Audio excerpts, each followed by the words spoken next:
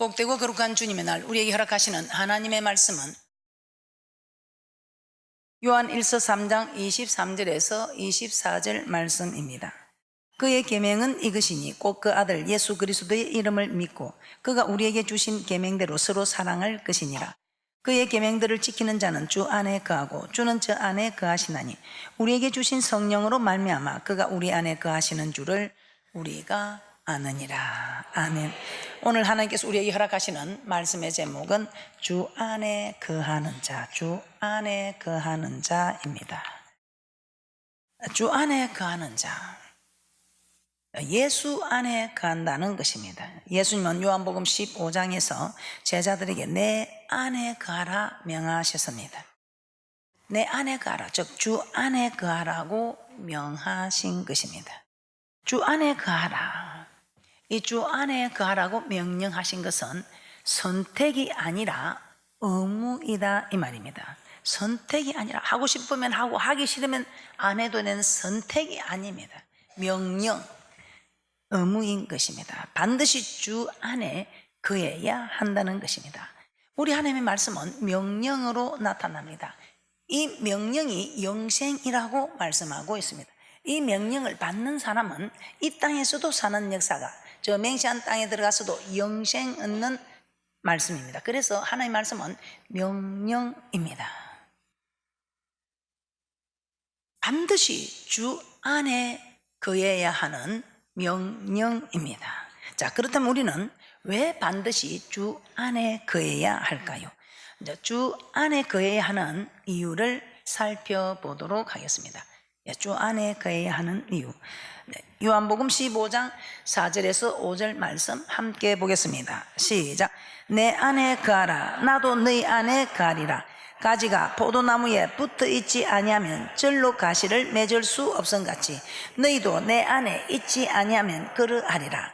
나는 포도나무요 너희는 가지니 저가 내 안에 내가 저 안에 있으면 이 사람은 가시를 많이 맺나니 나를 떠나서는 너희가 아무것도 할 수 없음이라. 예수님은 제자들에게 너희가 내 안에 거해야 가시를 맺을 수 있다고 말씀하고 있습니다. 이 말은 내 안에 거하지 않으면 가시를 맺을 수 없다는 것입니다. 그러므로 우리가 주 안에 거해야 하는 이유는 가시를 맺게 하기 위함이라는 것입니다. 우리가 주 안에 거해야 하는 이유, 주 안에 거해야 하는 이유는 가시를 맺게 하기 위해서 주 안에 거해야 한다는 것입니다. 자, 그러면 가시를 맺지 않으면 어떻게 되기 때문에 주 안에 거해서 가시를 맺어라 이렇게 말씀하고 있는 것일까요? 가시를 맺지 않으면 어떻게 되는가? 요한복음 15장 1절에서 2절에서는 이렇게 말씀하고 있습니다. 시작. 내가 참 포도나무요 내 아버지는 농부라. 물은 내게 있어 가시를 맺지 아니하는 가지는 아버지께서 이를 제해 버리시고 물은 가시를 맺는 가지는 그 가시를 맺게 하려 이를 깨끗게 하시느니라.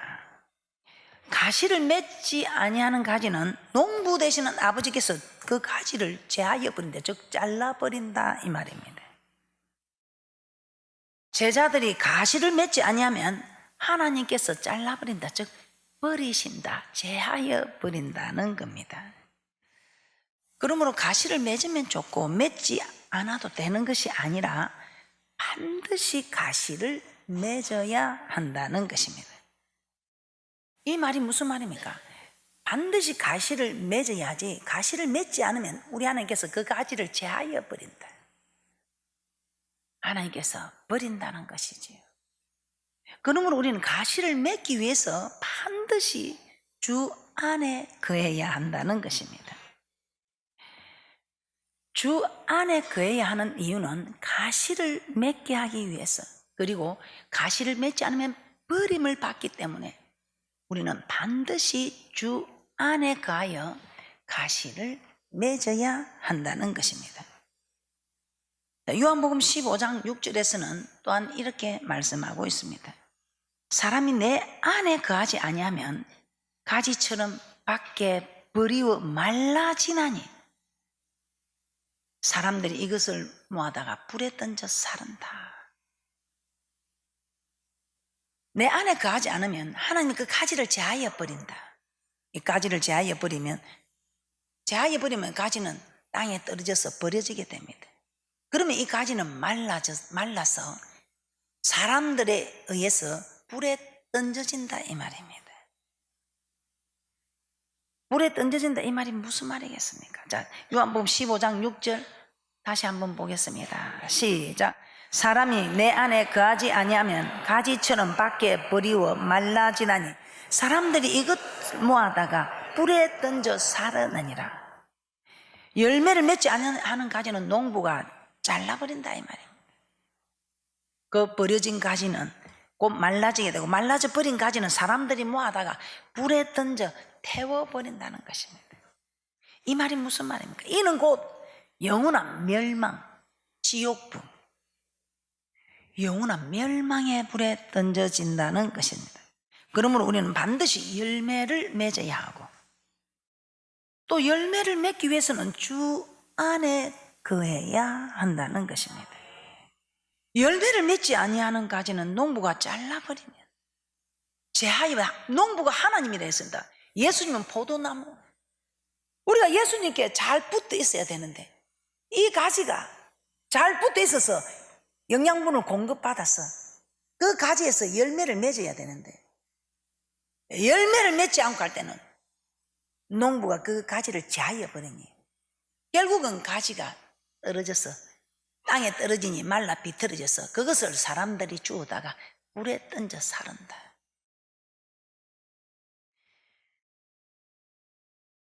가시를 맺지 아니하는 자를 우리 하나님이 그 가지를 잘라서 영원한 멸망의 불, 지옥불에 던진다는 것입니다.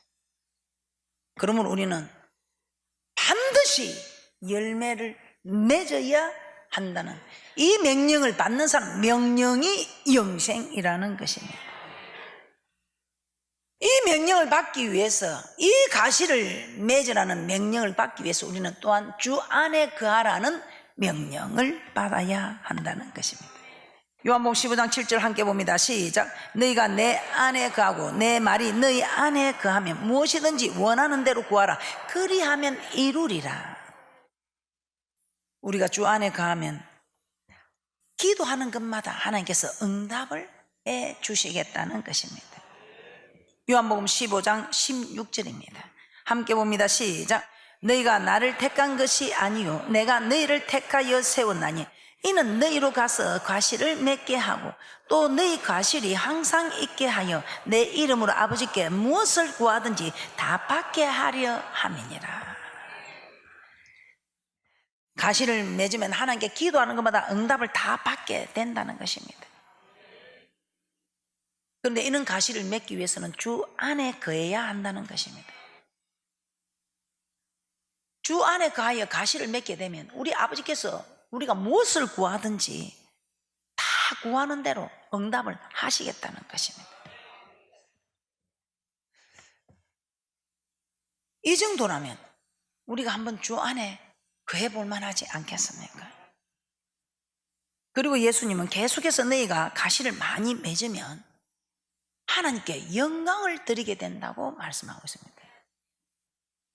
우리를 창조한 목적이 이사야서 43장 7절에 하나님께 영광을 드리기 위하여 우리를 창조하셨다고 말씀하고 있습니다. 그런데 요한복음 15장 8절에 영광을 드리는 말씀이 나오고 있습니다. 한번 보겠습니다. 요한복음 15장 8절입니다. 시작. 너희가 가시를 많이 맺으면 내 아버지께서 영광을 받으실 것이요 너희가 내 제자가 되리라. 우리를 창조한 목적이 하나님께 영광을 드리기 위해서 이사야서 43장 7절 그렇습니까?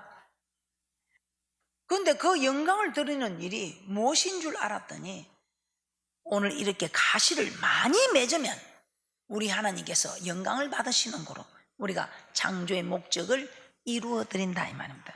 그 창조하신 목적을 이루어 드리는 우리를 하나님께서 얼마나 기뻐하시며 우리가 구하는 것마다 다 응답을 하시겠다는 것입니다. 그리고 이렇게 하나님께서 우리를 축복하시니 세상 사람들이 또한 우리를 어떻게 생각합니까? 야, 가시를 많이 맺어 하나님께 영광을 드는 우리를 보고 예수님 제자들이다, 저들은 진정 그리스도인이다 하고 인정을 해준다는 것입니다. 우리가 인정을 받게 나요. 저 예수 믿는 사람, 저 예수 믿는 냄새가 나지 않아, 그리스도의 향기가 나지 않아, 이거는 인정을 못 받는 거죠. 그런데 참 하나님의 사람이다, 진정 크리스찬이다, 예수 그리스도의 향기가 나는 사람이야, 이런 하나님이 인정, 축복을 받게 하신다는 것입니다.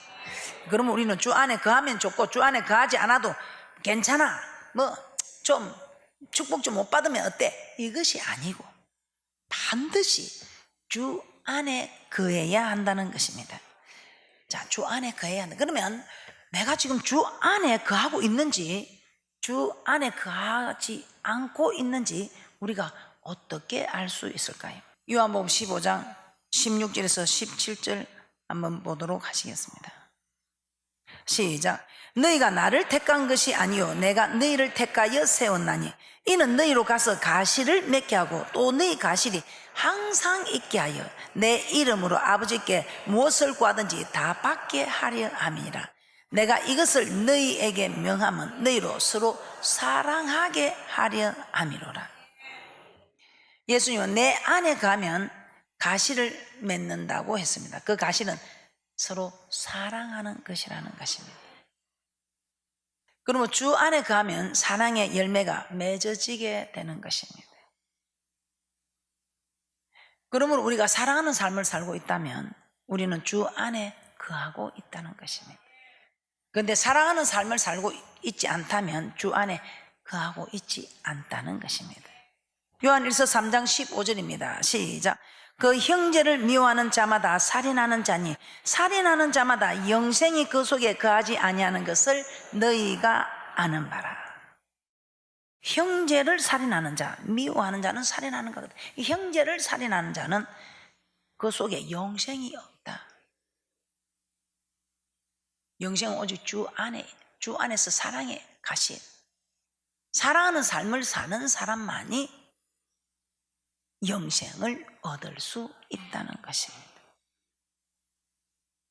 그러면 내가 형제를 사랑하지 않는다면 아직도 주 안에 거하지 않고 있다는 것입니다. 이처럼 내가 주 안에 거하고 있는지, 내가 주 안에 거하지 않고 있는지는 내가 사랑하는 삶을 살고 있는지 아닌지 보면 알 수 있습니다. 그러면 우리는 주 안에 거하기 위해서 어떻게 해야 할까요? 주 안에 거하는 방법을 살펴보도록 하겠습니다. 사도 요한은 그의 계명들을 지키는 자는 주 안에 거하고 주는 저 안에 거한다고 요한 1서 3장 24절에 말씀하고 있습니다. 그러므로 그의 계명들을 지키면 되는 것입니다. 주 안에 거하는 방법은 그의 계명들을 지키는 자는 주 안에 거하고. 자, 그렇다면 우리가 지켜야 할 계명들이 무엇입니까? 예수님 요한복음 13장 34절에 이렇게 말씀하셨습니다. 새 계명을 너에게 주노니 서로 사랑하라. 내가 너희를 사랑한 것 같이 너희도 사랑하라고 요한복음 13장 34절에 말씀하고 있습니다. 즉 제자들끼리 서로 사랑하라고 하신 것이 예수님이 우리에게 주신 새 계명이라는 것입니다. 그리고 사도 요한은 요한 1서 3장 23절에서 이렇게 말씀합니다. 시작. 그의 계명은 이것이니 곧 그 아들 예수 그리스도의 이름을 믿고 그가 우리에게 주신 계명대로 서로 사랑할 것이니라. 예수를 믿고 그 믿음의 형제를 사랑하는 것이 예수님이 우리에게 주신 계명이라는 것입니다. 즉 서로 사랑하는 것이 주님이 우리에게 주신 계명이다 이 말입니다. 그래서 우리는 믿음의 사람들끼리 서로 사랑하면 주 안에 거하게 된다는 것입니다. 주 안에 거하면 형제를 사랑하게 된다고 하셨습니다. 형제를 사랑하면 주 안에 거하게 된다고 말씀하셨습니다. 그러므로 주 안에 거하면 형제를 사랑하게 되고 형제를 사랑하게 되면 주 안에 거한다는 것입니다. 주 안에 가는 이게 더 많을수록 더 많이 사랑하게 되고, 더 많이 사랑하면 더 많은 가시를 맺게 된다는 것입니다. 그런데 이와 반대로 주 안에 거하지 않으면 형제를 사랑하지 않게 되고, 형제를 사랑하지 않는 자는 즉 주 안에 거할 수도 없고, 주 안에 거하지 않으면 어떻게 됩니까? 사랑의 가시를 맺을 수 없게 되고, 결국은 가지를 제하여 버리게 되고, 그 가지는 사람들에 의해서 불에 던져지는 멸망이 오게 된다는 것입니다. 그 멸망이 오기까지 주 안에 거하는 자들은 자꾸만 주 안에 거하려고 하다 보니 자꾸만 풍성한 가시를 맺게 될 것이고, 주 안에 거하지 않는 자들은 오늘만 이렇게 하고 내일부터는 그렇게 해야지 하면서 계속 돌이키지 못하고 주 안에 거하지 않고 계속해서 사랑의 가시를 맺기는커녕 사랑의 가시를 맺지 못하고 할 때는 자꾸만 사랑의 가시를 맺지 못하는 경지로 자꾸만 가게 된다는 것입니다. 이 말이 무슨 말입니까? 주 안에 거하는 자는 계속 주 안에 거하게 되고, 주 안에 거하지 못하는 자는 자꾸만 주 안에 거하지 못하는 일들로 이어지게 된다, 이 말입니다. 하나님의 말씀을 지키면 자꾸만 지킬 수 있는 힘이 공급되고, 하나님의 말씀을 지키지 않으면 자꾸만 지키지 못하는 힘이 공급되어진다, 이 말입니다. 그 예로 요셉은 보디발의 아내를 물리쳤습니다. 그 유혹을 물리쳤습니다. 평소 때 그 유혹을 슬금슬금 눈짓을 하는 그 유혹을 물리쳤기 때문에 공격적으로 온 집의 사람을 다 물리치고 옷을 벗고 달려드는, 공격적으로 달려드는 그 유혹도 물리칠 수 있었다, 이 말입니다. 반면에 다윗은 어떻습니까? 다윗은 그 밧세바가 모욕하는 그 모습의 음욕을 물리치지 못했습니다. 그랬더니 그 밧세바가 우리의 아내라는 것을 알면서도 우리의 아내를 불러들였습니다. 불러들여서 임신을 했습니다. 그러니 이제는 한 번 죄를 짓고 보니 두 번 죄 짓는 거 별로 어렵지 않더라, 이 말입니다. 그러니 우리아 장군을 불러서 동침하게 합니다. 근데 동침을 하게 해도 이 우리아 장군이 충성심에 집에 들어가 자지 않고 다른 사람들은 다 벌판에서 벌벌 뜨며 싸우고 있는데 나는 어떻게 그런 호사를 누릴 수 있냐 하고 두 번이나 들어가라는 기회를 줘도 들어가지 않습니다. 그러니 이제 어떡합니까? 바세바 불러서 죄를 범했는데 이제는 아이까지 생겨, 이제는 우리아를 불러서 그걸 이렇게 자기 아이가 아닌 것처럼 하는데 그것도 이루어지지 않잖아요. 우리아를 전장에 내보내서 제일 앞에 세워서 죽게 합니다. 이렇게 또 죄를 짓게 됩니다. 그것뿐입니까? 우리 아내 죽여놓고 이 바세바를 불러서 자기 아내로 삼게 되는 이 죄까지 범하게 됩니다. 그러니까 한 번 죄를 짓기가 어렵지, 죄를 지으니까 자꾸 죄를 지을 수 있는 힘이 주어진다, 이 말입니다. 그런데 한 번 말씀에 순종하면 자꾸만 말씀에 순종할 수 있는 힘이 주어진다, 이 말입니다. 요한복음 8장 34절입니다. 함께 보겠습니다. 시작. 예수께서 대답하시되 진실로 진실로 너에게 이르노니 죄를 범하는 자마다 죄의 종이라. 종은 주인이 시키는 대로 하는 거 맞지요? 한 번 죄를 범하면 나는 죄를 짓지 않고 싶지만 자꾸 죄가 주인이 되어서 자꾸 죄를 짓도록 만드는 것입니다. 그러면 한 번 죄를 범하면 두 번, 세 번 죄를 짓기는 더 쉬워진다는 것입니다. 이는 내가 하는 것이 아니고 내 주인이 되어버린 죄가 자꾸 죄를 짓도록 인도한다, 이 말입니다. 그래서 한 번 죄를 범하기가 어렵지, 한 번 죄를 범하고 나면 이제는 죄가 내 주인이 돼가지고 자꾸 죄를 범하도록 인도하기 때문에 죄를 짓기 쉽다는 것입니다.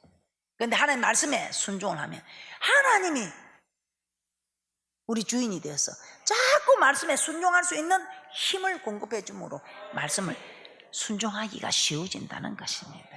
자, 이 말씀이 어디 있습니까? 신명기 30장 2절 다 함께 보겠습니다. 시작. 너와 내 자손이 내 하나님 여호와께로 돌아와 내가 오늘날 내게 명한 것을 온전히 따라서 마음을 다하고 성품을 다하여 여호와의 말씀을 순종하면 6절입니다. 순종하면 하나님께서 할례를 베풀어 준다. 순종하면 순종할 수 있는 힘을 자꾸 부어 주신다 이 말입니다. 그래서 우리가 지금 이전에는 주의를 지키기가 어려웠지만 주의를 한번 지켜보니까 계속 지키게 되고 이제 몇 년 지키다 보니까 주의를 지키는 건 어렵지 않다 이 말입니다. 그런데 한번 빠져보면, 이제 갓 나온 사람이 주의를 한번 빠져보면 그냥 주의를 지키지 못했기 때문에 불순종한 그 힘이 나를 지배해 감으로, 그럼 한번 빠지면 그냥 자꾸 빠지게 된다 이 말입니다. 자, 오늘 우리가 순종하면 하나님께서 할례를 베푸사 하나님을 섬길 수 있는 힘을 부어주신다고 6절에 말씀하고 있습니다. 6절입니다. 시작. 내 하나님 여호와께서 내 마음과 내 자손의 마음에 할례를 베푸사 너로 마음을 다하며 성품을 다하여 내 하나님 여호와를 사랑하게 하사 너로 생명을 얻게 하실 것이며. 아멘. 그래서 여러분들이 죄를 짓느냐, 죄를 짓는 불순종을 하느냐, 하나님을 따르는 순종의 길을 가느냐. 우리는 신앙이 독수리 날개에 돋짓던 새 힘을 얻어서 주를 앙모하며 올라가는 신앙이 될 수도 있고, 불순종하여 내려가는 내리막길의 신앙이 될 수도 있다는 것입니다. 올라가기는 좀 힘이 듭니다. 내려가기는 너무 쉽지요. 그런데 내려가서 다시 올라오기는 엄청 어렵다는 것을 아시고, 지금 죄의 길에 있다면 빨리 끊으시고 돌이키셔서, 좀 지금 돌이키고 올라가기가 힘들지라도 딱 말을 들으면, 마음만 먹고 딱 순종하면 하나님께서 힘을 허락하사 순종할 수 있는 힘을, 할례를 베푸사 허락해 주시겠다고 말씀하고 있습니다. 그래서 다윗은 자신의 죄를 깨닫고 단식함으로 자기의 죄를 단식함으로 죄를 끊게 됩니다. 시편 6편 6절 제가 봉독해 드리겠습니다. 내가 단식함으로 곰핍하여 밤마다 눈물로 내 침상을 떼우며 내 요를 적시나이다. 다윗은 밤마다 눈물로 자신의 죄를 고백하며 애통한 마음을 하나님께 회개의 기도를 드렸습니다. 그리하여 두 번 다시 같은 죄를 범하지 않았습니다. 얼마나 괴로웠겠어요. 한 번 즐겁기 위해서 얼마나 침상을 떼우며 유효를 적시도록 상하고 애통한 마음으로 간절히 기도하는 거예요. 여러분, 이렇게 힘들게 주님과 회복되게 하기 위해서 이렇게 침상을 띄우고 요를 적시도록 애간장을 태우는 애통하는 마음으로 하나님께, 하나님 내게서 성령을 거두지 말라고. 이 말은 하나님 나를 떠나지 마시고 나와 함께 다시 함께 동행하죠. 다시 옛날과 같은 관계로 회복시켜 달라 할 때 그냥 되겠습니까? 침상을 띄우며 요를 적시도록 애통하는 마음으로 하나님께 간절히 기도하는 이때, 다시는 내가 이렇게 떠나보낸 주님을 내가 모셔드리기가 힘들다면 이제는 다시는 내가 이런 죄를 범하지 않으리. 기도함으로 침상을 띄우고 요를 적시도록 애통해 함으로 이 죄의 악순환을 끊었다는 것입니다. 혹시 여러분들도 아직 이거 아닌데 이렇게 하면 안 되는데 하면서도 내리막길로 가고 계신다면 이 죄의 악순환을 끊기 위하여 다윗처럼 침상을 띄우고 요를 적시도록 애통함으로 구하지는 못해도 여러분이 작정 기도하셔서 금식하며 작정 기도하셔서 내리막길에서 오르막길로 돌이키는 축복자들이 되시기를 주님의 이름으로 축복합니다. 결론입니다. 주 안에 거하는 자는 열매를 맺게 되고 기도하는 것마다 응답을 받고 예수님의 제자라는 인정을 받게 되고 또한 영생을 얻게 됩니다. 그러나 주 안에 거하지 않는 자는 열매를 맺을 수도 없고 예수님 제자라는 인정도 받을 수 없고 응답도 받을 수 없고 결국은 버림을 받음으로 영생 얻는 축복은커녕 불에 사라지는 고통을 당하게 된다는 것입니다. 그리고 주 안에 거하는 자는 사랑하는 삶을 살게 되고, 사랑하는 삶을 사는 자는 더욱더 주 안에 거하게 된다고 말씀하고 있습니다. 그러므로 계속해서 사랑하는 삶을 살아서 신앙이 계속해서 주를 앙모하며 올라가는 그런 믿음의 축복자들이 되시기를 주님의 이름으로 축복합니다.